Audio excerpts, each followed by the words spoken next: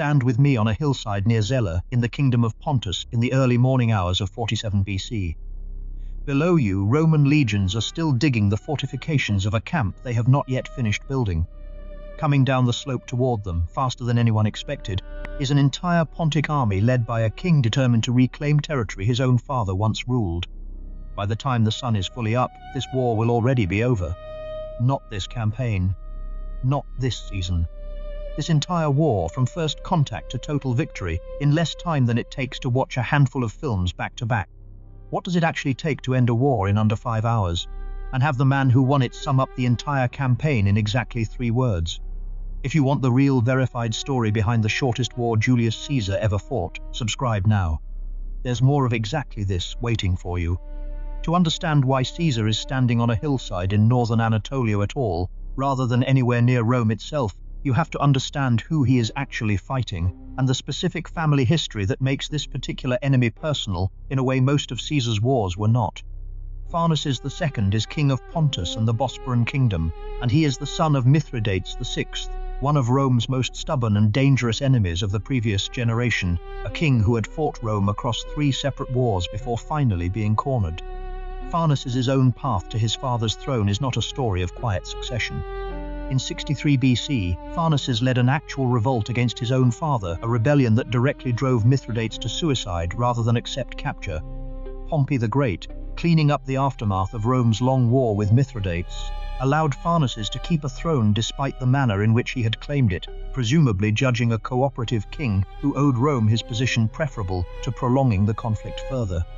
That cooperative relationship does not survive Rome's own descent into civil war. With Caesar and Pompey locked in a struggle for control of the Republic itself, Pharnaces sees an opportunity too good to pass up, a chance to expand his own territory while Rome's attention and Rome's available legions are consumed entirely by fighting each other instead of watching its eastern frontier. Late in 48 BC, Pharnaces defeats a Roman force under the command of Gnaeus Domitius Calvinus at the Battle of Nicopolis, a real and serious Roman defeat that leaves Pontic ambitions considerably more credible than they had been only months earlier. Calvinus had actually fielded the larger army that day, something close to 30,000 infantry against Pharnaces' roughly 20,000, a mixed force built from a veteran legion, a newly raised legion of considerably less experienced recruits, allied Galatian troops trained in Roman style, and a substantial contingent of Cappadocian infantry and cavalry. None of that numerical advantage saves him. Pharnaces' army breaks Calvinus' force so completely that something close to 2/3 of it is lost in the fighting, an outright catastrophe by any Roman standard, and the exact kind of defeat that makes Caesar's personal intervention, rather than simply sending reinforcements, feel genuinely necessary. Pharnaces does not immediately press that advantage further. A rebellion breaking out in his own rear territory forces him to turn back and deal with an internal threat before he can capitalize on his victory over Rome, and by the time that rebellion is finally put down, an entirely different problem has arrived to take its place. Julius Caesar himself, fresh from his own campaign in Egypt, now marching directly toward Pontus to settle this personally. If the idea that a king's own path to his throne, built on his father's forced suicide, shapes everything that follows in his later reign interests you as much as it interests us, our members get more of exactly this kind of decision-by-decision breakdown, first and uncut. It's there whenever you want to go further with us. Caesar's arrival in this theatre is itself worth pausing on, because of exactly how recently his attention had been consumed entirely elsewhere. He has just spent months in Egypt, where an attempt to mediate a succession dispute between the young Ptolemy XIII and his sister Cleopatra went badly enough that Caesar himself ended up besieged inside Alexandria's palace quarter with barely 4,000 men, saved only when a relief force finally broke the siege and let him defeat Ptolemy's forces outright, a battle that ends with Ptolemy himself drowning when his own ship capsizes during the collapse. Caesar leaves Egypt with Cleopatra secured on the throne and Ptolemy dead. But the wider civil war against Pompey's remaining forces is still very much unresolved elsewhere across the Mediterranean, and Caesar has, if anything, less time to spare for a new Eastern crisis than he did before Egypt ever happened at all. Pontus is not Caesar's main priority in any strategic sense.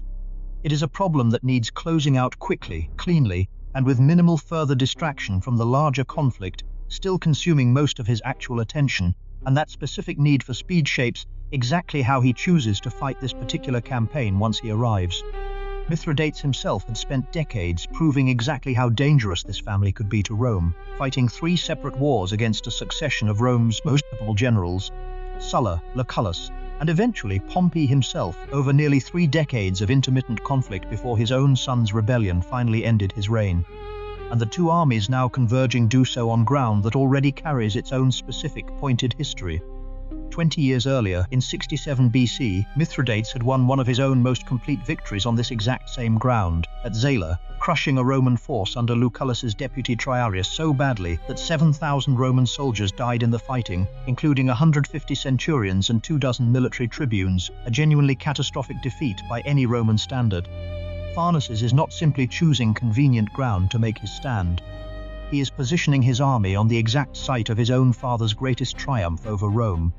Whether as calculated psychological messaging or simple coincidence, the sources do not fully clarify, but the symbolism would have been impossible for either side to miss entirely. Caesar's forces begin fortifying a camp on high ground near that same historically loaded ground. Standard, methodical Roman military procedure, the kind of careful preparation that assumes there is time enough to do the work properly before any serious engagement begins. Now feel Pharnaces make the choice that no one expected him to make.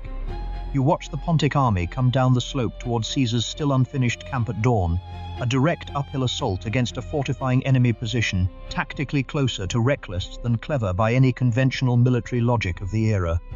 Attacking uphill against Roman legions, even legions caught in the middle of camp construction, is not the kind of maneuver a cautious commander chooses when better options exist. It works for a few genuinely dangerous minutes exactly because it is so unexpected. You can feel exactly why Pharnaces gambles on it. Waiting longer only gives Caesar's camp time to finish, time to settle into the kind of prepared, disciplined position no uphill charge could realistically break at all. Striking now, before the fortifications are complete, and while Roman attention is split between construction and defense, is the one window where audacity might actually outweigh Rome's usual advantages of discipline and preparation. Caesar's men, caught mid-fortification rather than already arranged in a prepared battle line, absorb real initial shock, and Pontic forces gain actual ground in that opening chaos, close enough to a real crisis that the outcome is not yet obvious to anyone standing in the middle of it. Tools are dropped for weapons. Half-dug fortifications become the ground men fight and die over instead of the protection they were meant to provide. What happens next is the difference between an army that panics under a surprise and an army built from enough hardened experience to simply absorb one. Caesar's veteran units, cohorts of the 6th Legion among them, are not simply seasoned in some general sense. This specific legion had been raised by Caesar himself years earlier in Cisalpine Gaul, fought against Vercingetorix during the Gallic campaigns, stood with Caesar at the decisive Battle of Pharsalus against Pompey, and had only recently survived the brutal siege of Alexandria, a fight so costly it had cost the legion something close to 2/3 of its own strength before reinforcements finally turned that specific crisis around. It was during that Alexandrian fighting that the legion earned the nickname history remembers it by, ferrata, meaning ironclad. Men who had already survived exactly that kind of chaos across multiple continents in barely more than a year do not break easily under one more surprise attack, however initially effective. They reorganize under pressure, form a coherent defensive line despite the disruption, and begin pushing back against an attack that had, for one genuinely uncertain stretch of minutes, actually looked like it might succeed. Once that Roman line stabilizes, the battle's outcome stops being seriously in doubt. Pontic forces, having spent their one real tactical advantage, the surprise of the attack itself, are pushed back and then broken entirely, the entire engagement collapsing from Pharnaces' near success into total defeat within a span of hours rather than days. If watching a battle nearly won through sheer audacity collapse entirely once the element of surprise ran out interests you the way it interests us, that same kind of decision-by-decision history is exactly what our members get first, and uncut. Pharnaces himself does not stay to see how completely his kingdom's ambitions have just collapsed.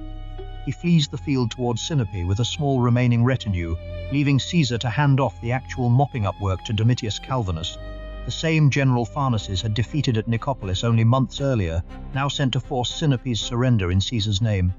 Pharnaces' own final chapter plays out away from Caesar entirely. Attempting to reclaim his separate Bosporan kingdom, he is confronted and killed by Asander, a former ally who had turned against him during his absence. Even the exact manner of that death is not something the ancient sources fully agree on. One tradition holds he died fighting in battle against Asander's forces, another that he was captured first and killed afterward, rather than falling in combat directly. Either way, the king who had gambled his father's old kingdom on Rome's civil war, being too distracted to respond, loses that gamble completely and does not survive it by more than a matter of months. Asander's own story afterward complicates any simple reading of him as a straightforward opportunist. He marries Dynamis, Pharnaces' own daughter, essentially binding his rebellion to the family he had just overthrown rather than simply erasing it, and goes on to rule the Bosporan kingdom as a genuinely capable king for decades, eventually recognized in that position by Caesar's own great-nephew Octavian, the future Emperor Augustus, after Caesar's assassination reshuffles power across the entire Roman world once again. Asander's own ending, decades later in 17 BC, carries its own real weight. Watching his own troops desert him to a rival claimant late in his life, he is said to have starved himself to death out of sheer despair at 93 years old, a strange quiet final chapter to a story that began with him betraying the king whose daughter he would go on to marry, and whose kingdom he would rule for the rest of his long life. Once that Roman line stabilizes, the momentum that had briefly favored Pharnaces evaporates entirely, and the same slope that had let his opening charge gather dangerous speed now works against a retreating army instead, fleeing downhill in a collapse considerably harder to control than the disciplined advance it had started as only a short while earlier. What Caesar actually says about this entire campaign afterward is where the popular version of this story and the fuller historical records start to diverge in an interesting, rather than a debunking, direction. You have almost certainly heard the three words most closely associated with this entire war: I came, I saw, I conquered. What's worth understanding honestly is that, unlike some famous ancient quotes this channel has had to flag as probably invented long after the fact, this one rests on unusually solid, multiply corroborated ground. Plutarch records Caesar using the line in a report sent to a friend in Rome named Amantius. Appian describes a more formal version delivered in a letter to the Senate itself. Suetonius records the same three words displayed on a placard during Caesar's later triumph specifically celebrating this Pontic campaign. In 46 BC, public marker meant less to describe the fighting in detail than to advertise exactly how astonishingly fast the entire war had actually been. That Pontic triumph was only one piece of a much larger spectacle. Caesar celebrated 4 separate triumphal processions that same year, one each for Gaul, for Egypt, for Pontus, and for Africa, each stage with its own distinct spoils and its own distinct staging to match the specific campaign it honored.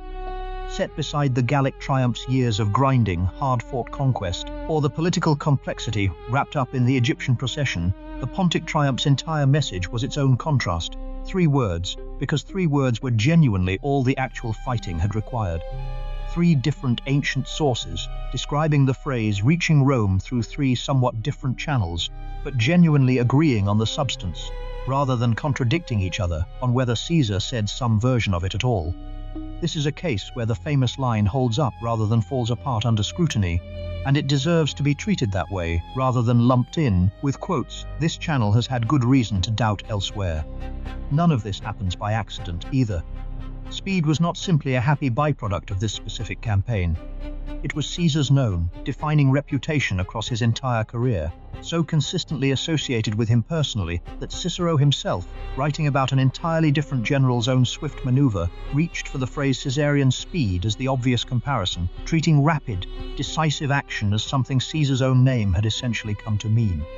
Zela is not an unusual outlier in Caesar's record. It is, if anything, the single cleanest demonstration of a trait his contemporaries already recognized as characteristically his. The line's actual content matters as much as its surprisingly solid sourcing. Caesar was not simply boasting about winning. He was making a specific calculated point about speed, framing an entire war, from arrival to total victory, as something that could be summarized in 3 short verbs, precisely because there had been nothing complicated or drawn out about it at all.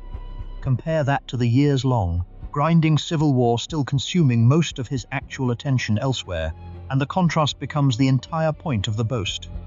This is what Caesar looked like when a problem was actually simple enough to solve quickly, a deliberate reminder to Rome of exactly how effortless this particular victory had been next to everything else currently demanding his attention. That 3-word message did real political work back in Rome, beyond simply entertaining a crowd at a later triumph. Caesar was returning to a capital exhausted by years of civil war, its population dealing with genuine food shortages and unrest, even as his political rivals remained deeply suspicious of exactly how much personal power he intended to keep accumulating. A dispatch this short, this confident, and this effortlessly dismissive of an entire Eastern war served a specific propaganda purpose at a moment when Caesar badly needed one. Proof delivered in exactly 3 words, that whatever chaos still consumed the rest of the Roman world, this particular problem, at least, had been almost embarrassingly easy for him to solve. Rome would go on to name him dictator for 10 years not long afterward, and a war this quick, this total, and this easily summarized, became one more small, useful piece of the case for why that kind of authority belonged in his hands specifically. So think back to that hillside, to a Roman camp still under construction when the attack that should have worked came anyway. You were never simply watching one more Roman military victory added to a long list of them. You were watching a king whose own throne had been built on his father's forced suicide gamble everything on Rome's distraction, choosing to make his stand on the exact ground where that same father had once humiliated Rome most completely, come startlingly close to succeeding through sheer audacity alone, and then lose completely once veteran experience, forged across Gaul and Pharsalus and the brutal siege of Alexandria, did what panic could not. Pharnaces' death months later and far from this battlefield is itself something the sources cannot fully agree on. The man who betrayed him inherited both his daughter and his kingdom, ruling it for decades before ending his own life in despair at the very end of a long, strange career built entirely on that one act of betrayal. What Caesar actually said afterward, unlike so many famous lines this channel has had to correct, turns out to be exactly as solid as legend remembers it. 3 words, multiply confirmed, describing a war that really was that fast, spoken by a man whose entire reputation was already built on being faster than anyone expected him to be. If this is the kind of history you want more of, the legends checked against what the sources can actually support, the famous quotes that turn out to hold up rather than fall apart, the wars that were exactly as short as the man who won them claimed, "There's another one waiting for you."